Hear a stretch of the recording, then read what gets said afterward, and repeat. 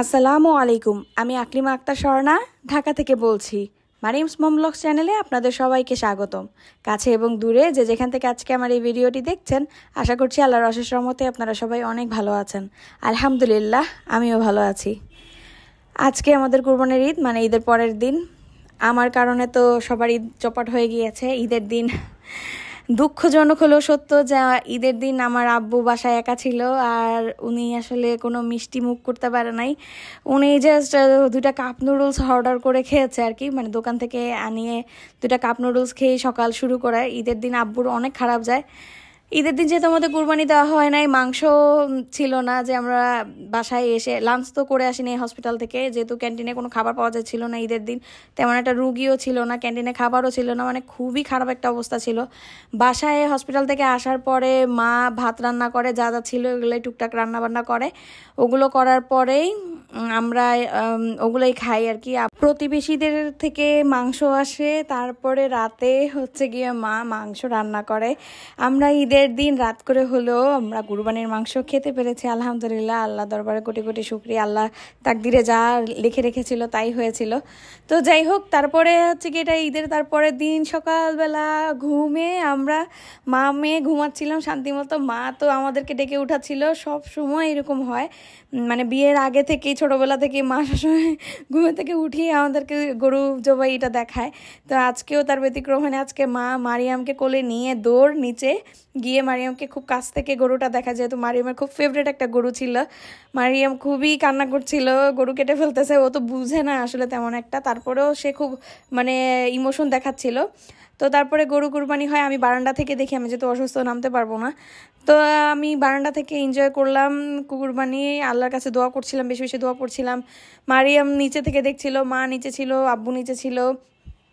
আলহামদুলিল্লাহ খুবই সুন্দরভাবে আমাদের কুরবানি হয়েছে। মারিয়ামের বাবা আসতে পারে নাই তার কাজের কারণে।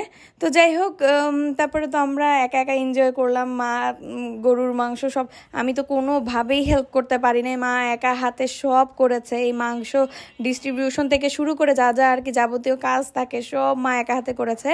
মাঝে মায়ের হেল্পিং হ্যান্ড এসে হেল্প করে গিয়েছে। আমি জানি না এখন আপনি আমার ভিডিওটি দেখছেন কি না। যদি ভিডিওটি দেখে থাকেন আর ভিডিওটি যদি একটু হলেও ভালো লেগে থাকে, তাহলে প্লিজ ভিডিওটিতে একটি লাইক দিতে ভুলবেন না। আপনি যদি আমার চ্যানেলে নতুন হয়ে থাকেন আর এখনও যদি আমার চ্যানেলটি সাবস্ক্রাইব না করে থাকেন, তাহলে অনুরোধ রইল প্লিজ আমার চ্যানেলটি সাবস্ক্রাইব করে নেবেন। আপনি চাইলে আমাকে ফেসবুক এবং ইনস্টাগ্রামে ফলো করতে পারেন। আর এই সব কিছু যদি অলরেডি করে থেকে থাকেন, আপনাকে জানাচ্ছি অসংখ্য ধন্যবাদ। আমাদের কুরবানি সম্পূর্ণ, এখন হচ্ছে গিয়ে আস্তে আস্তে মাংস আসবে, আর আমিও আস্তে আস্তে রেডি হব। যাই হোক, ঈদের ড্রেস তো পরতেই হবে। শরীর খারাপ, মন চাচ্ছিল না, মা খুব চাচ্ছিল যে আমি ড্রেস চেঞ্জ করে রেডি হই, মন খারাপ করে যাতে না থাকি আর কি। শরীর খারাপ বলে যে মন খারাপ করে থাকবো, ব্যাপারটা তো এরকম না। মারিয়ামকে ড্রেস পরিয়ে দিয়েছি। আজকে কুরবানি হয়েছে, আজকে আমাদের ঈদের দিনের মতোই। আর হচ্ছে কি এই যে সব মাংস টাংস চলে আসছে, আমি দেখছিলাম আর কি। মার হেল্পিং হ্যান্ড আবার বট নিচ্ছিল। আমাদের আবার বট অসম্ভব পছন্দ, মা খুব মজা করে রান্না করে। তো এই যে মা পলেই নিয়ে আসছিল, এটা বিছিয়ে দিয়েছে, এখানে সব মাংস চলে আসতেছে। যেটা গেট থেকে ডিস্ট্রিবিউশন হয় ওইখানে মা মাংস দিয়ে দিয়েছে। আমাদের মেইন টার্গেটই ছিল যে আসলে কাউকে খালি হাতে ফেরাবো না, সবাইকে মাংস দেওয়ার চেষ্টা করবো। আলহামদুলিল্লাহ আমরা কাউকে মানে মানে কি বলে, সবাইকে আমরা স্যাটিসফাই করতে পেরেছি আলহামদুলিল্লাহ।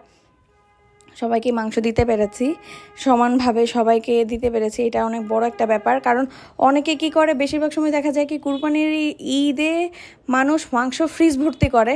আর আমার মাকে দেখছি যে নিজের ভাগের জন্য রাখে না, আমাদের মাংস 2 থেকে 3 দিন খেলেই শেষ হয়ে যায় আর কি, এরকম মা নিজের থেকেও দিয়ে দেয়। তো যাই হোক, এটা তার পরের দিন মা মগজ রান্না করেছে। আমি মাকে খুব খুব আকতি মিনতি করে বলেছিলাম, মা গরুর মগজটা শুধুমাত্র আমার জন্য রাখবা। আমার মগজ এত খেতে ইচ্ছা করছিল, কিনে খাওয়া যায় কিন্তু নিজেদের গরুর টাটকা গরুর মগজ খাওয়ার কিন্তু স্বাদই অন্যরকম। আর মা তার উপর এত মজা করে রান্না করে, আর লেবু পাতা দিয়েছে, এত মজা করে আলু দিয়ে রান্না করেছে, আমি আপনাদেরকে বলে বোঝাতে পারবো না, অসম্ভব মজা হয়েছে। এটা তার পরের দিন বিকালের নাস্তা।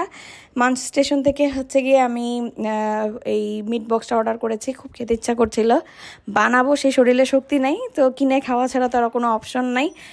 তাই আর কি এই মিট বক্সটা অর্ডার করেছি। বরাবরের মতো আমার মিট বক্স বলতেই হচ্ছে মান স্টেশনের মিট বক্স খুবই পছন্দ। আপনারা যদি মোহাম্মদপুরবাসী হয়ে থাকেন অবশ্যই অর্ডার করে খাবেন, দেখবেন একবার হলেও ট্রাই করে। আর ওদের এই কোলস্লোটা তো সিগনেচার, এত ইয়ামি, আইসক্রিম দিয়ে করে, মেবি ভ্যানিলা ফ্লেভার পাওয়া যায়, খুবই মজা। ওদের আরও অনেকগুলো মিট বক্সই আমার ট্রাই করা হয়েছে, কিন্তু সবচেয়ে বেস্ট আমার কাছে জিগান্ত মিট বক্স যেটা আছে সেটাই আমার কাছে বেস্ট মনে হয়। তো এই কারণে এটাই অর্ডার করি, কারণ এটার মধ্যে একদম সব কিছুই থাকে আর কি। আর ফ্রেঞ্চ ফ্রাইয়ের পরিমাণও কিন্তু কম থাকে, মাংস বলেন, সসেজ আর বাকি নাগেট যা যা চিকেনের পরিমাণ এত বেশি থাকে যে কি বলবো। বক্সটা দেখতে ছোট হলেও দেখতে তো পাচ্ছেন কত পরিমাণে দেওয়া, অনেক পরিমাণে দেয়। তো এই কারণে আমার কাছে আরও বেশি ভালো লাগে। মা, আমি আর মারিয়াম মিলে শেয়ার করে খেয়েছি, আমরা তিনজনে মিলে ঝিলে খেলাম, অনেক ভালো লেগেছে এটা। তার পরের দিন আমার খালাতো বোন আসছে, আমার খালা আসছে মিরপুরের বেড়াতে আমাদের বাসায়। তো ও বলছিল আর কি মেহেদি মাও চাচ্ছিল মেহেদি লাগাতে, যেহেতু ঈদে লাগাতে পারিনি, আমরা হসপিটালে ছিলাম। তো মাকে প্রথমে লাগিয়ে দিয়েছে, এখন মারিয়ামের দেখে তো বেশ ভালো লেগেছে, এখন মারিয়ামও লাগাতে চাচ্ছে।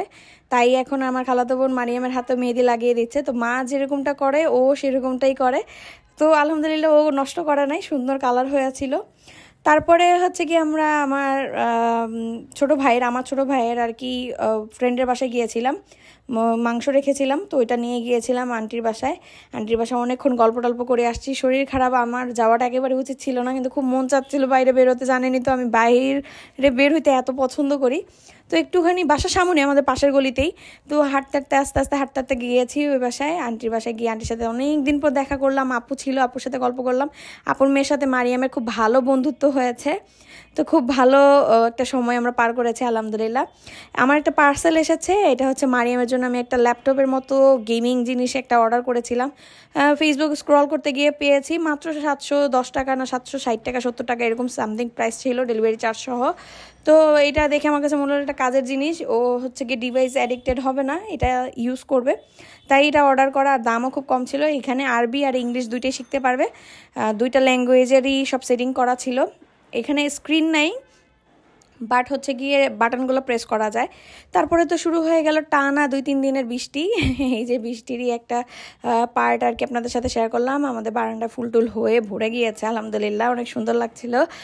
আর হচ্ছে গিয়ে আজকের ভিডিওটা একেবারে হজবরল, কারণ হসপিটাল থেকে ঈদের আসার পরে তেমন একটা ভিডিও করতে পারিনি শরীর খারাপের কারণে। তো যা যা ভিডিও করেছি ছোট ছোট ক্লিপ আপনাদের সাথে শেয়ার করলাম। জানি না আজকে ভিডিওটা আপনাদের কেমন লাগবে, যেমনই লাগুক না কেন কমেন্ট করে জানাবেন। এই ছিল আমার আজকের ভিডিও। সবাই সুস্থ থাকবেন, ভালো থাকবেন, আল্লাহ হাফেজ, আসসালামু আলাইকুম।